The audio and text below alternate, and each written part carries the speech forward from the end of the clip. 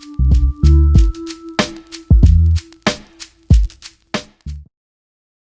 Assalamu alaikum and welcome everybody to a new episode of Straight Talk. And as you can see, we are using a new format, so we're going to ask you to bear with us while we are ironing out all the technical stuff. And we just wanted to at least get ourselves dive in and get these great conversations to you.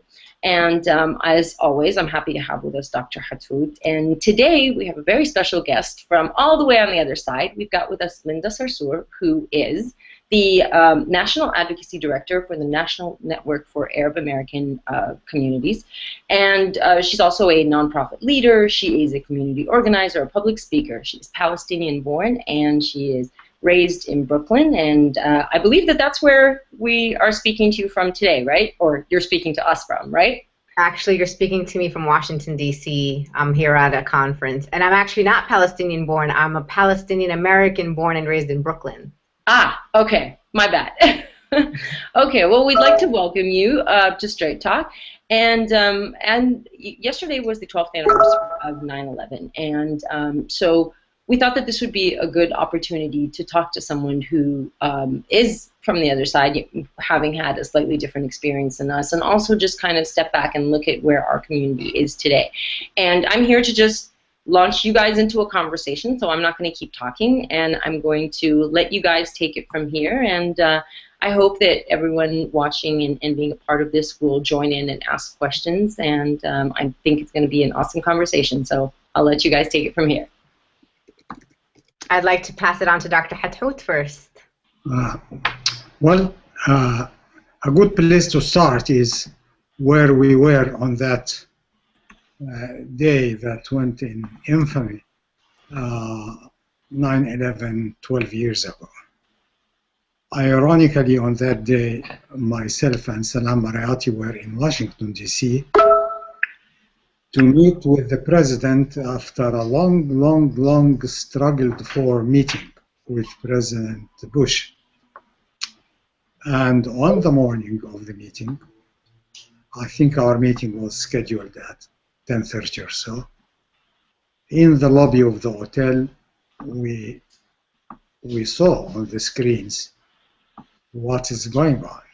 And it was such a shocking, but not only shocking, confusing. For some time, I personally didn't know what's happening. A plane crash in a tower, then another plane crash in another tower, and lots of screams, etc. And the whole thing was surreal for me. Anyways, we understood at least that our meeting is cancelled, and so we went back to our rooms. And we got on the TV and on the radio, and the rest of the story was revealed gradually. And we felt that life will never be the same from this moment on. And we were in the mood of, let us do something collectively. So we invited all Muslim organizations in Washington, D.C. to get together and issue a statement. Then we decided to work together and go to the Red Cross to donate blood. After that, everything is history. The airports were closed for about 2 or 3 days, and so we were stuck at Washington, D.C. until we could go back to Los Angeles. It was a very, very weird moment, inviting for a lot of reflection and introspection and analysis. And this is the way it started for us. Linda, since you were someone who was there as well, why don't you tell us a little bit about how you recall the events of that day? So I'm a New Yorker, and I was here in New York City on the day of 9/11, and I was a college student, and at 9:30 in the morning, my professor received a phone call on his cell phone, and he walked out of the classroom and never came back for 20 minutes. So the students got up, and we walked out into the hallway, And there was a lot of chaos. We didn't have flat screen TVs in my college, so we didn't really understand what the news was that had happened. And as I was walking outside of my in my college campus at Kingsborough Community College, I saw like snowflakes, like white pieces of paper that were burned around the edges that were falling from the sky, because we were right across from Manhattan. And I still didn't understand what was happening. And I walked over to a security guard and I said, "What's going on? What happened?" He said, "I don't know what happened. All I know is that an airplane hit a building in Manhattan. That's all I know." And the really sad part about that was immediately the first thought I had, and I hate that our community has been programmed to think in this manner, was I immediately thought, oh my God, I was like, inshallah, that it has nothing to do with anyone that looks like me, that is Arab or Muslim, and I just kept praying that the whole way home. And there was no transportation in New York City, so the bus system wasn't working, trains, they were worried that there'd be other attacks on the trains, so I guess, so I walked home from my campus to where my mom lives, and on my way there, I live in the largest Arab American community here in the state of New York. Everything was closed. Every Arab business, the mosque doors were bolted, and it was, for me, the most, an experience that I will never forget in my life about how a community felt like they had to go inside, shut its doors to an event that they weren't sure how was going to be perceived. And when I got to my mom's house, this was in 2001, so my son was only 2 years old at the time, and I walked in and my mom's running out of the house without her hijab, and I was like, "Mom," I was like, "where are you going? You're not wearing your hijab." And she was going to pick up my brother from middle school. He was in 7th grade. And she said, "We can't wear the hijab right now." And I was like, what is this lady talking about? I still didn't really understand what had happened. And when I walked inside, I saw my son sitting in front of the TV. And he's like, "Fire, Mama, look, the fire." And I just sat down and I watched the whole thing replay on TV. And it was my first experience of being a New Yorker, being someone who went to public school, living in a diverse community, to think, is who I am going to change now? Like, why am I feeling this way? Why did I never feel this way before about another tragic event or something else that has happened? So it was a really, like Dr. Hathout said, a real opportunity for me to really reflect on myself, look at my child, think about what my mom just did, leaving her house without her religious obligation. It was a very eye-opening experience for someone who grew up in New York City as a New Yorker, and as someone who my Muslimness and my Arabness was never my priority identity. I always thought of myself as a New Yorker, as a person with a Brooklyn accent. So it was a very huge impact. It had a really huge impact on me personally and on my family. Absolutely. Dr. Hathout, I'm sorry, you were going to say something. No, I say this is very profound, because what happened with Linda is what happened with the community at large, to different degrees, of course. It is a moment of who are we? What do we belong to? When we said we are American Arabs or American Muslims, do we know what it means? And are we ready really to pay the price for that, or to manifest that in real life, particularly at a time of challenge and tragedy? So this, I remember when we got the first plane flying out of Washington, my head was working like a machine. Grappling with all these questions and wondering what I'm going to see at Los Angeles, what is happening at the Islamic Center, and what's happening at our schools. And yeah, really it was a factor that jolted us into a new reality, or jolted most of American Muslims into a new reality and into a different tree. So Linda, let's talk a little bit about what in the period after that. I mean, we've talked previously on Straight Talk with Dr. Hathout and Salem about what they felt they needed to do directly in the period afterwards as I don't want to say leaders per se, but people who feel like they have a role in the Muslim community. So I want to hear from your perspective what you felt, what the path of action was after that. In our case, 9/11 did not modify our ideology. In other words, we are not the product of 9/11. Our same rhetoric and talk and writing after 9/11 exactly as before 9/11 and 4 years. However, what is new here is that we used to talk expecting nobody to listen, but after 9/11, I guess what we were saying sounded very pertinent to the events and to the developments on Earth, on the land.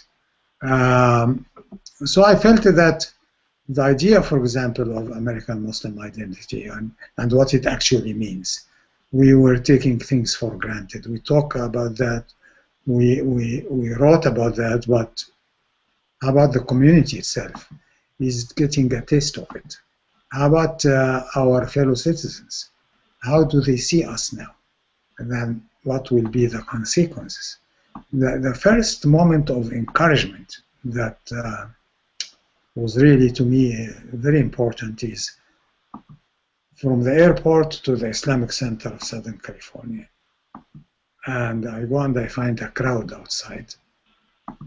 And from a distance, the crowd looks like it's not a Muslim crowd. So I tried to park the closest to the door, and I went down, and I found that Christian groups and some Jewish groups are surrounding the mosque, some of them in wheelchairs. And I asked them, why don't you get inside? They said, no, we are here to protect the mosque and to protect you while you are praying. And I was really touched because at least 3-4 old ladies were in wheelchairs, and I was concerned about them. And I told them, okay, you can do that while you are inside. They said, no, we wanted the street to see us. This was really a touching moment for me. It affirmed my faith in humanity, that there is something deeper, probably than our religions, that can bring us together. And I was hoping that these factors of bringing us together will be stronger than the factors that can set us apart in view of this accident. Like, it can work both ways. And what happened, it worked actually both ways. With some people it worked this way, with others it worked the other way. And we had to face the music, probably up till now. The good and the bad and the in-between. Linda, you were going to tell us a little bit about the period afterwards as well for you guys. I mean, I by no means was any leader, and by no means was I a Dr. Hathout or a Salam Mariyati. I was a 21-year-old young person who really didn't understand what the effect of this event was going to be on a community. And I came into the community immediately after 9/11 to see things I never saw as a New Yorker. I began to volunteer with a group of Arab Americans in New York City. With families, we didn't have the immediate great experience that Dr. Hathout had. What we had was FBI agents, NYPD intelligence gathering information, different levels of law enforcement taking men from our community at some points for days and weeks at a time where we did not know where to find them. And our community at the time was not that sophisticated with their government connections to understand how the system was working.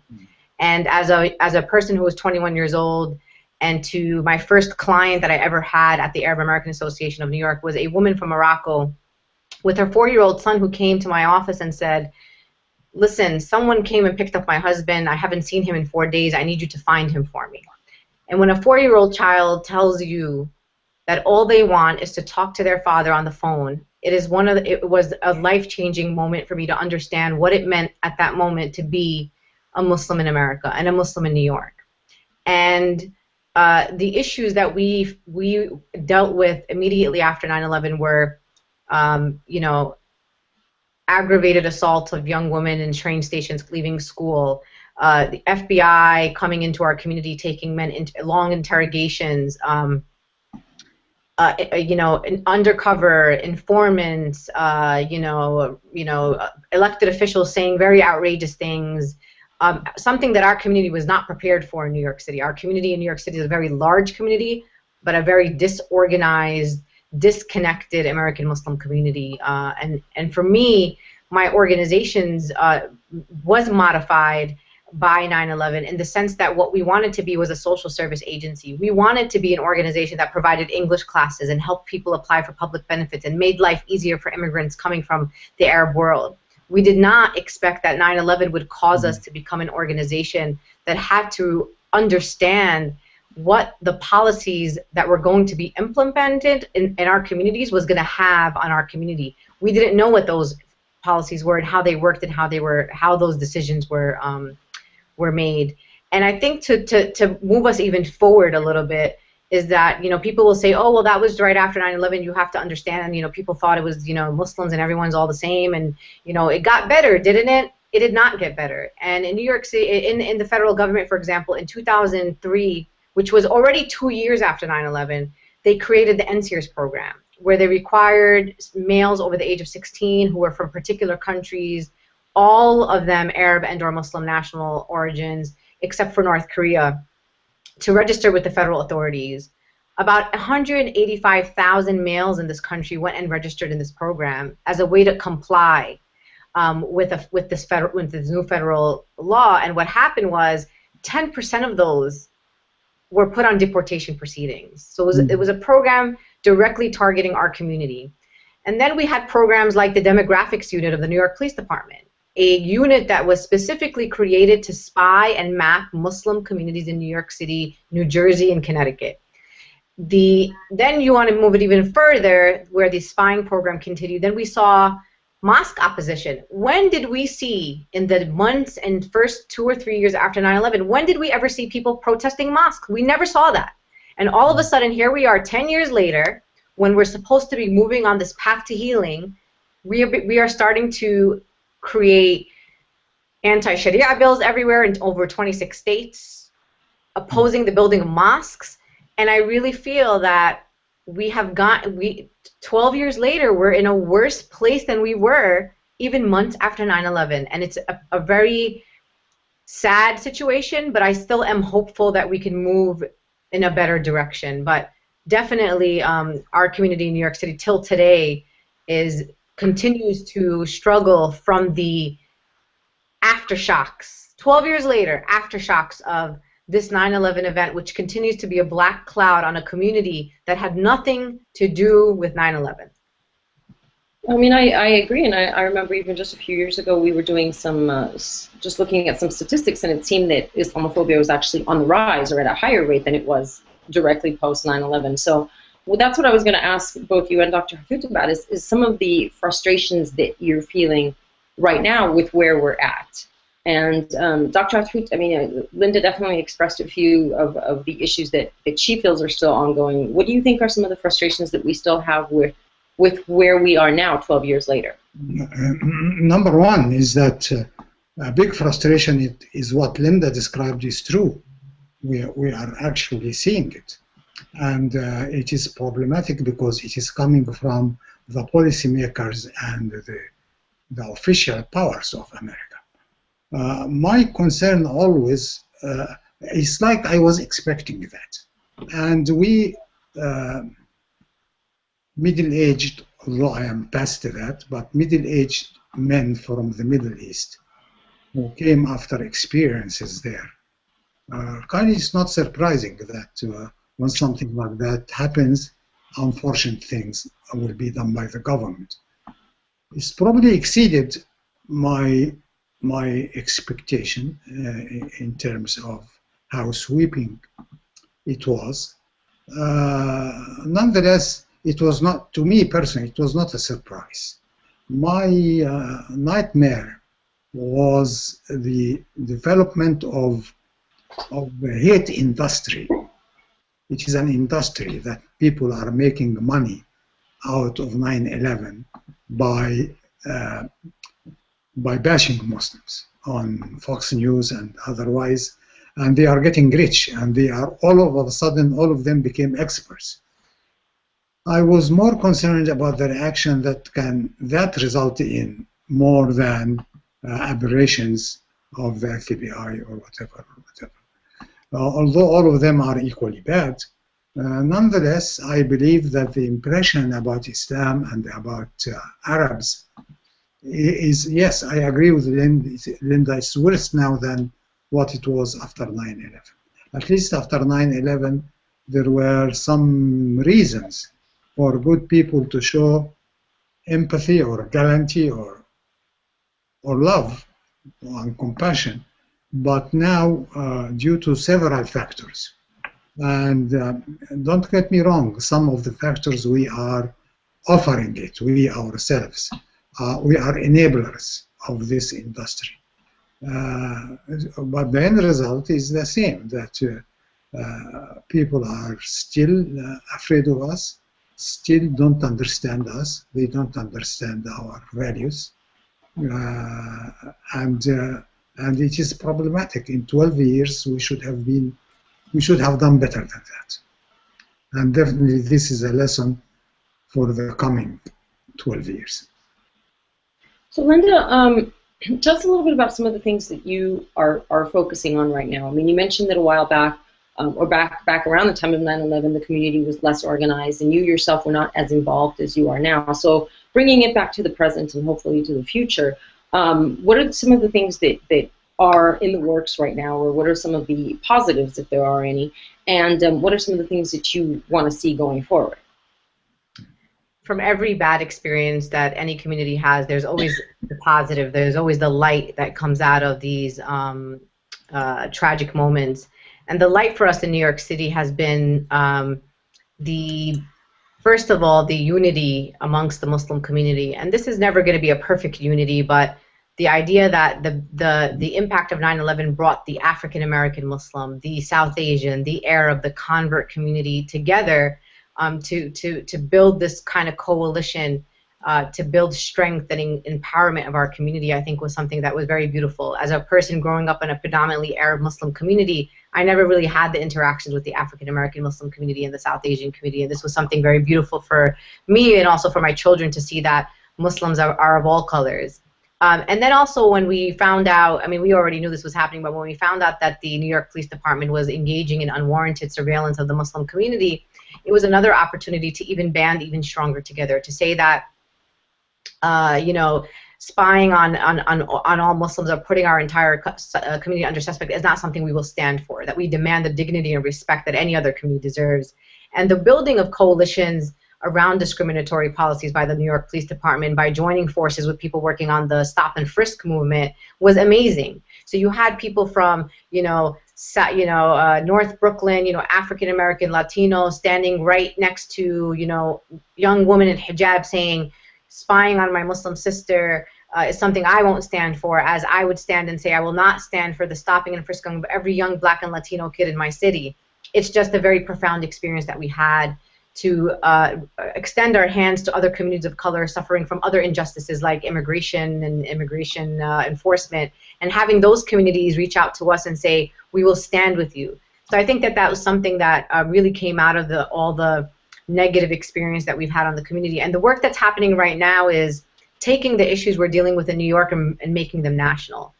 Spying on Muslims in New York is not a New York issue. First of all, it's a civil rights issue. Second of all, it's a national issue. Everyone should be outraged that a community of faith is being spied on by the New York Police Department.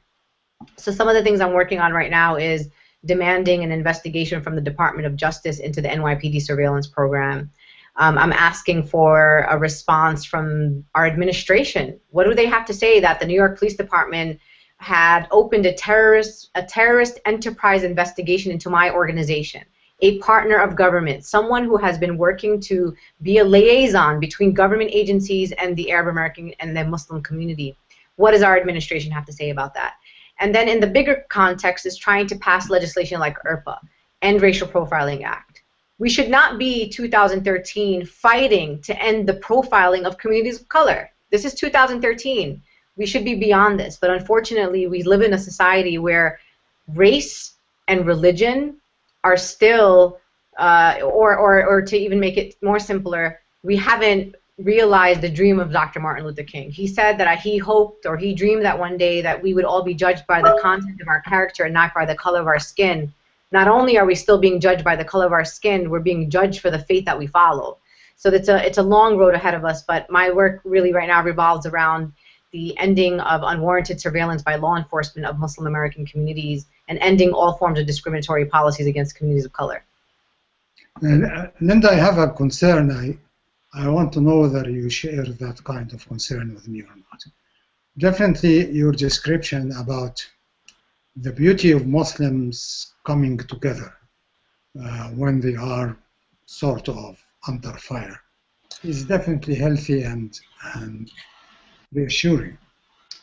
I have a concern that unless this is fed and guarded and reared by very clear understanding, it can result into that mass victim mentality that we are the victims of America. We are, and victimization really brings victims together. Yes, they don't they don't do anything effective, but they feel together anyways. We are all hurting, and we are all crying together, so to speak. So I would hope to see Muslim leaders, particularly young ones like yourself, and Muslim organizations that are vibrant and are with it living this time, to be sure that the sense of being a victim should not be. We are a very valuable group in America. I think we are needed in America. We are already contributing, not only now, way since the inception of the country, and definitely we have nothing to apologize for. And we just don't want anybody to put hurdles to prevent our contribution to the betterment of the society. So what do you think about that? Unfortunately, you're right, Dr. Hathout. There are many in our community that fall into that victim mentality. Definitely not me, and definitely not the way that I organize. I organize from a place of self-worth. So when I organize and I'm asking for something, I don't ask for something that our community doesn't already deserve. And when I organize and we organize in our community, we organize as Americans. Even those who are undocumented are citizens of this country and residents of this country. So when we say, for example, the NYPD should stop spying on our community, I am not a victim of the NYPD. I am a community impacted by a policy, and I am emboldened to fight back and agitate against a police department that discriminates against my community. And when we talk to young people, we definitely never use words like, this is so bad and I feel so sorry that this is happening to us. No, we teach our especially our young people in our organizations and in New York City, we teach our kids that there's a history that we need to learn from. There's a history of a civil rights movement that we need to learn from. And there are a history of black Muslims that were standing shoulder to shoulder with people like Malcolm X and working, and Muslims who came here as part of the slave trade. People need to understand that what's going to help our community is learning the history of America and understanding that Muslims have been part of that history. So me personally, I don't feel like I am a victim. I don't organize from a place of victimhood. I organize from a place of being an American, and what I'm asking for is what I deserve, the very rights that every other American has. And I hope that is the mentality that we all work from, because what it does is it provides confidence for the work that we do. Yeah. It allows people to respect us, because when you organize from a place of victimhood, you are not respected. Because I am not a victim. So I agree with you, Dr. Hathout, and unfortunately there are some leaders who fall into this victim mentality because of the weakness. They are weak inside. So I hope that we can overcome that. Inshallah. And of course you are not a victim for a very simple reason, that you are busy doing something. A victim will never be busy doing something. Now, it is an easy litmus test. If you are working and busy, you are not a victim. If you don't know what you do with your time, I will say you are a victim. Or you can be a complainer, which is another good thing that our community does a lot. We have a lot of complainers about the status of our community, and I always tell people you are not allowed to complain unless you are doing something about what you are affected by or what you are upset about. So absolutely. And this is a message that should be sent very loudly to, particularly to the immigrant community, particularly the middle-aged American community, And I focus on the middle age because they are the parents of the youth. And they have great impact on how their breakfast table conversation affects their younger ones. But also this message should be sent directly to the youth, and not only to tell them, don't be a victim. I'll tell them, get busy. Get busy, let us change what we don't like. Not only for us, for the society, for the humanity, and for every people who are oppressed in this country, and there are plenty.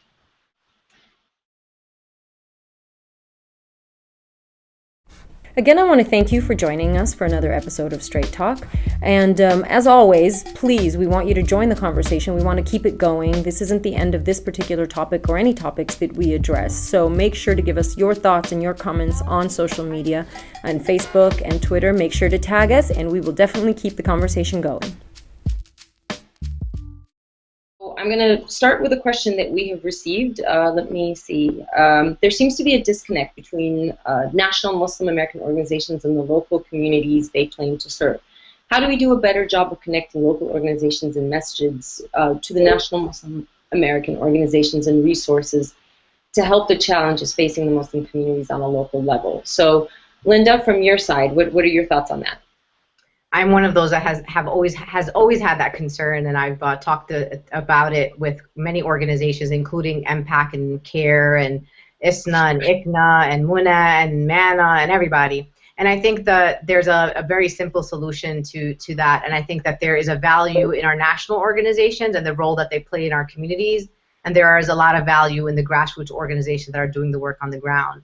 And the way that we bridge that gap is as national organizations are advocating for us on policies and issues in Washington, D.C., the very simple idea of having conversations with people in communities on the ground to make sure that what we're advocating for in D.C. is coming out of communities. So, for example, if Dr. Hathout and Salam are in Washington, D.C., and they happen to have a meeting with, Attorney General Holder, it'd be great for them to come to New York or have a conversation with New Yorkers to say, look, New York Muslim community, we have this opportunity to talk to Attorney General Holder. What are those concerns that you hope we bring up there? So I think communication is a big piece in bridging the gap between national and local organizations and ensuring that what the concerns are on the ground are what's being elevated, and that we're prioritizing based on the need on the ground. Because sometimes, there might be one issue that people are advocating for on the Hill, but maybe the issue on the ground in our communities, for example, is immigration reform. Like, we need to pass immigration. Maybe at this moment,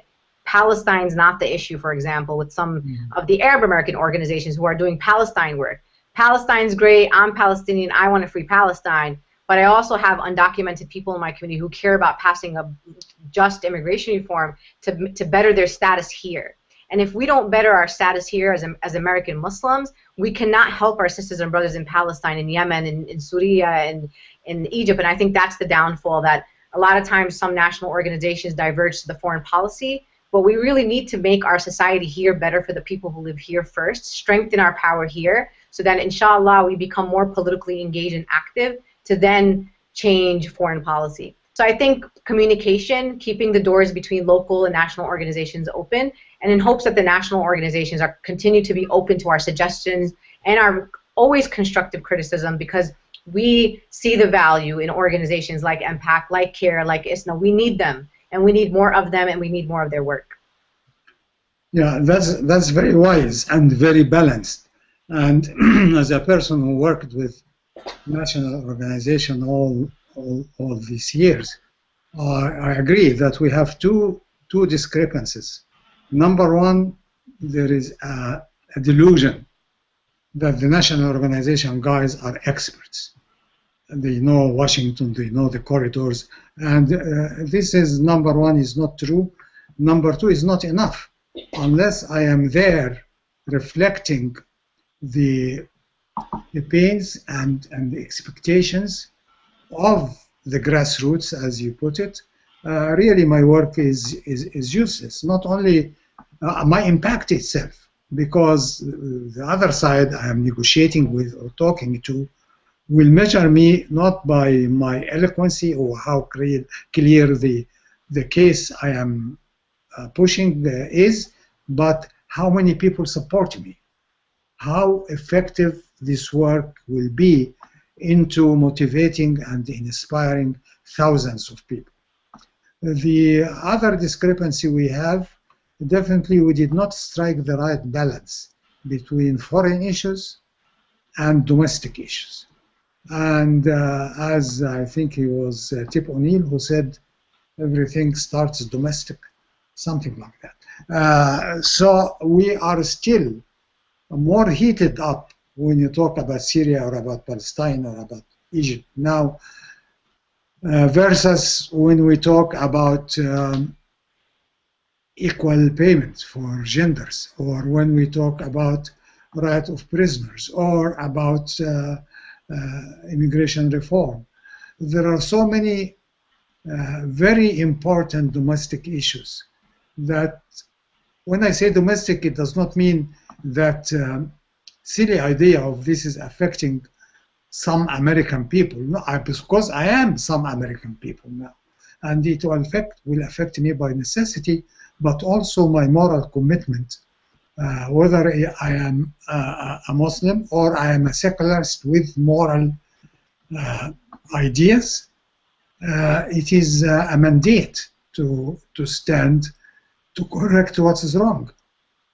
So I personally heed your advice a lot, and I am advocating it, and I'll do more of that. Let us be balanced people, even in our energy expenditure, in our emotional burning. It should be balanced, because both are very important. Absolutely. We have another question, Linda. You were talking about, you spoke a lot about the NYPD and so on, and we have a question. After seeing all that happened with the NYPD, is there really room for reform or change? I mean, it seems, the picture seems rather bleak, I think, for a lot of people. So that's another organizing theology that I have about nothing's ever bleak. And I work towards what I want and what I think our community deserves, which is something that's not bleak. And there is going to be reform for the New York Police Department. It's because communities are going to make that happen. And we've already proved in New York City that what happens when you work together. We passed a historic civil rights legislation that expands the categories of protected communities and around profiling. What our legislation also does, it allows us to go to state court to sue the New York Police Department in cases of discrimination, which before you had to take your case all the way to the federal Supreme Court, which, as people know, is a long process. We also created an Inspector General position. This is an independent office that oversees policies and practices of the New York Police Department. This Inspector General gets to investigate and provide public reports so people like me can see how is the NYPD doing this year, and being able to advocate to change policies.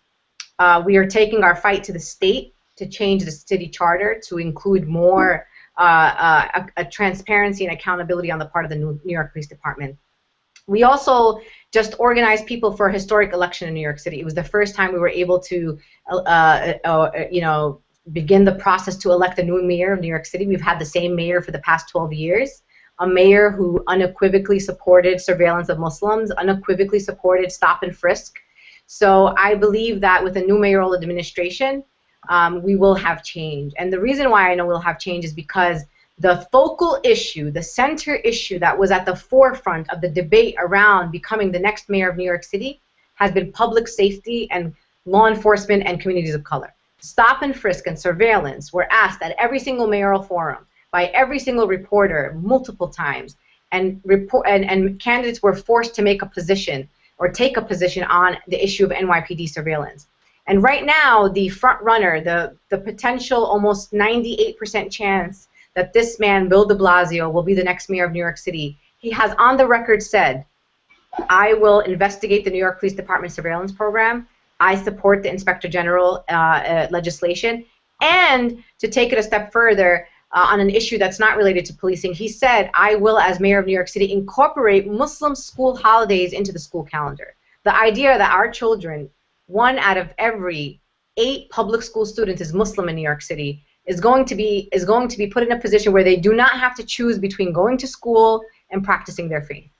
And I think that if our community was not involved in this conversation, if we did not have the political influence and power that we have built over the past 10 years, 12 years, we probably would not be having these conversations in New York City. So the road's looking bright ahead of us. We just have to be consistent and diligent and realize that nothing happens overnight. And I'm not expecting the world to become equal and just in even the next 10 years. And we've seen that with the African American community and the civil rights movement, that even 50 to 60 years later, people are still struggling for equal justice and equal rights. And the Muslim community is no better than any other community. So I'm dedicated to whatever time Allah gives me to stay on this earth to continue on that path. And I hope others continue to do the work to bring justice to our communities in the name of Allah, inshallah. Yeah, I hope that Allah blesses your effort, Linda. Thank you, Dr. Thank you, Linda. That's fantastic. Go ahead, Dr. Hathout. I'm sorry I cut you off. No, I imagine we are taking a break now? No, that was our break. Because the conversation is just going, I'm really happy with all the different things you guys are talking about. And we keep getting questions. Unfortunately, we only have time for one more question. Dr. Hathout, I'll start with you on this one.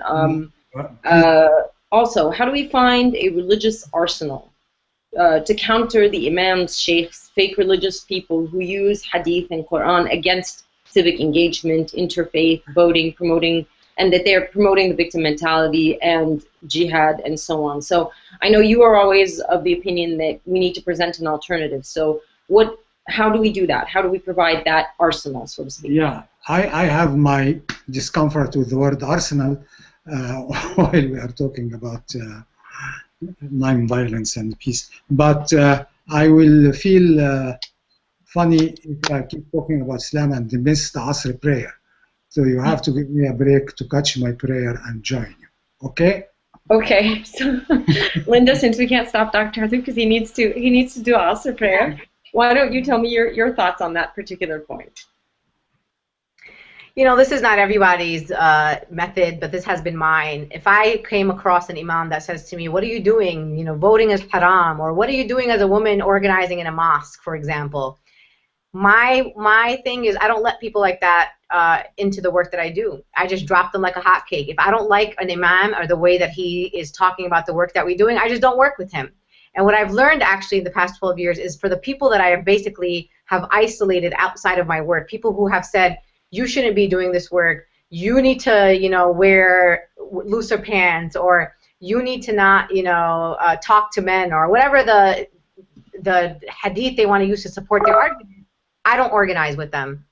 And what has happened is that there's a saying in English that said, if you can't beat them, join them. So they haven't been able to beat us and beat our work, and they eventually have joined the work that we do. So I think that if you have imams in the community that do that, I would really marginalize them and not have them discourage the work that you're doing to make our community better. It is our civic obligation, it is our religious duty to make sure that the society that we live in, that our neighbors are taken care of, that the people in our community have what they need. That is, if I see someone in my community who is homeless, I will not walk over someone because my faith tells me not to. And my faith also tells me is that I need to be the part of the society that I live in. And sometimes in places like the United States, that means being part of the democratic process. That means being part of civic institutions, doing, you know, community service. I mean, I don't like to go to my park where my kids play and see garbage everywhere. I have no problem picking up a garbage bag and taking young people in our community to go clean up a park. And it's also da'wah, right? So we're Muslims. If we're trying to prove ourselves to be good Muslims or good Americans, I don't need to be on a TV show and say, I am a good American. Please. I am the best American that there is out there. No, I can do that and show that I'm a good Muslim by the deeds that I do, by standing with other oppressed communities. So I think that I don't really pay much attention to the guys who are like voting is haram and civic engagement. I just kind of drop them. So that's my way of working. I don't know if that's everybody's way.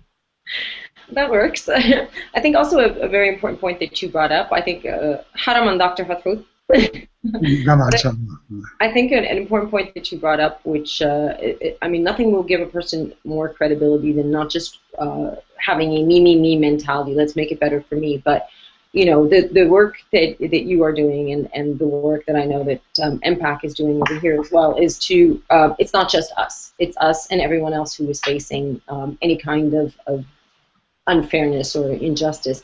And that will definitely, I think, serve to prove to get us the right kind of attention. Dr. Hathout, do you remember the question from before, Salah? Yeah, or should I remember that. I live with it. Oh yes, I know. I'm trying to forget it, but